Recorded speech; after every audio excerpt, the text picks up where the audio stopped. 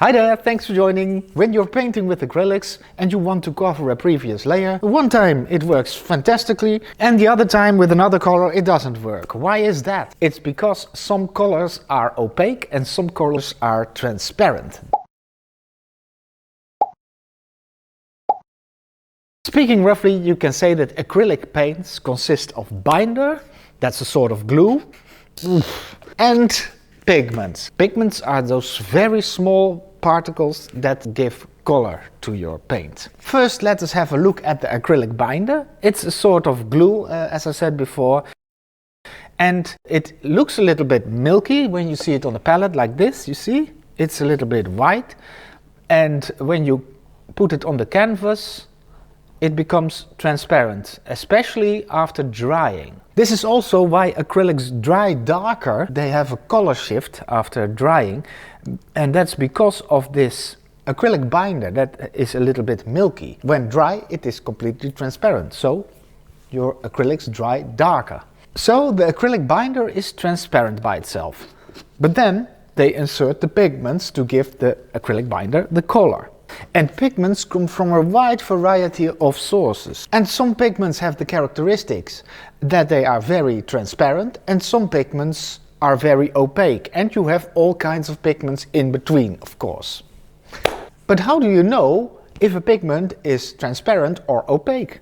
Well, the manufacturers have all kinds of ways to show it on their bottles and tubes, etc. Here I have acrylics from Amsterdam Acrylics, it's from Talens.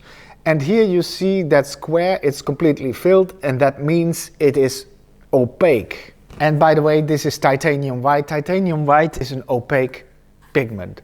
Here I have another famous opaque pigment, and that is yellow ochre. Here you see an open square, and an open square indicates that this paint is very transparent, and this is ultramarine blue. This indicates that this paint is semi-opaque. And here we have an example of a semi-transparent pigment.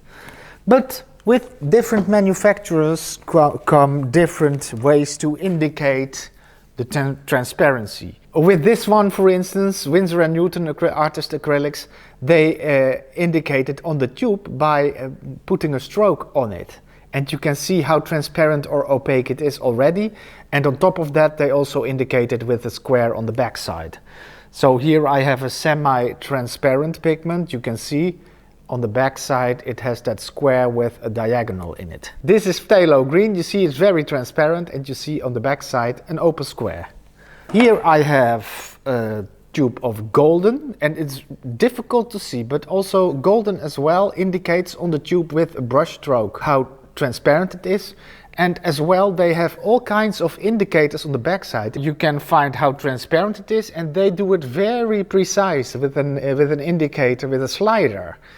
And they have a slider for transparency and for how matte the pigment is, because that's also a thing. The one pigment is more matte and the other pigment is more glossy. And you have all kinds of varieties in that. Also, it indicates how thin or thick the paint is, and also golden indicates if the pigment has a low or a high tinting strength. But of course, seeing is believing. Let's try. First, I'll grab some yellow ochre, and we know it is a very opaque color. So you see, that's an opaque color. Now I go to primary yellow, and it is a semi-opaque color. So I'll put this on the canvas. It's not as opaque as the yellow ochre. And as you can see, the previous layer shines through, so the yellow becomes a little bit green, because there's ultramarine blue in the background. Now let's go over to the semi-transparent pigment, the cyan. Oh, that's a bit difficult, of course. Blue on blue, that doesn't work. But when I put it here, you can see it's very transparent, because here the white of the canvas shines through it, and from here the red shines through the color. Here we have ultramarine. Ultramarine is such a transparent color that you can see even more through it. It is a dark color on my palette, and ultramarine blue is a dark color. But on my canvas you see that it becomes way more light, because the white shines through that color so much. and again here the red shines through and you see that it becomes purple. So now we know this. For example, if I paint on a white canvas and I want to go over it with ultramarine for a blue sky, for example, it might be that it doesn't cover good enough the first time. And maybe I need a second layer of ultramarine. That's no problem, of course, because acrylics dry very fast. So when this is dry, I can add a second layer of ultramarine. It's not dry enough, but I'll try nevertheless. You see, now it becomes ultramarine blue on the canvas, you see? And for instance, if I wanted to make a bright yellow on a blue background and I don't want it to become green, then I can wait till that yellow is dry and I can go over it again a few times. But you could also, in the sketching phase, leave a white place, a white spot, where you can add the yellow later on, because on white the yellow looks great. Other possibility is cover a spot with some titanium white, because titanium white is an opaque color. If this is dry, I can add yellow on top of it and then it will become completely yellow, just like this. Let us have a look. Is this dry already? And then they say acrylics dry so fast. Where's my hair dryer? There we are. I found it. And they say acrylics dry so fast, you see?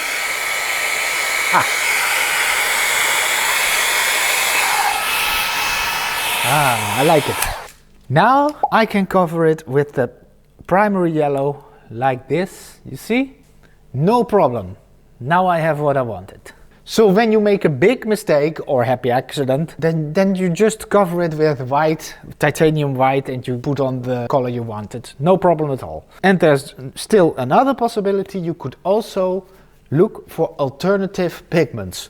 So if this was primary yellow, but if I want to have the same kind of yellow, I get lucky, I can buy cadmium yellow light. It looks similar to primary yellow. And cadmium pigments are very opaque. There's only one downside: they're very expensive and they're very toxic. So always take care that you don't eat it or drink it. Just handle it with care and avoid skin contact as well. So I'll show you how the cadmium yellow pigment covers. If you compare that with the color I already put there, you see it covers as good as the yellow ochre. But when I put it on a white background, you can hardly see a difference between the two. And by the way, in this case with the cadmium yellow, we were lucky because there was a pigment that looked like the primary yellow, but that isn't always the case, because, for instance, an ultramarine blue is always a very transparent pigment. And I don't know of another pigment that looks exactly the same like ultramarine. So you have to deal with it, that it is a transparent color, so cover it several times if needed. But on the other hand, there are also some nice things you can do with transparent colors, of course, because you can play with the colors. You can let the layers work together. So if I add magenta here, you see, it's a beautiful effect. Here these two colors blend optically, and here you see the white of the canvas shine through, so you can play with that. And if I do it here, you can see that I get a red or an orange red, because there's yellow underneath it, but it's a different effect than when I would put just straight orange out of the tube there on the canvas. It looks different. And if I dilute it a little bit with acrylic binder to make it even more transparent, you see, then I get yet another special effect, you see? So there are also nice ways to work with the characteristics of the pigments. If you found this helpful, I would appreciate it if you hit the like button. Thank you so much, and see you next time.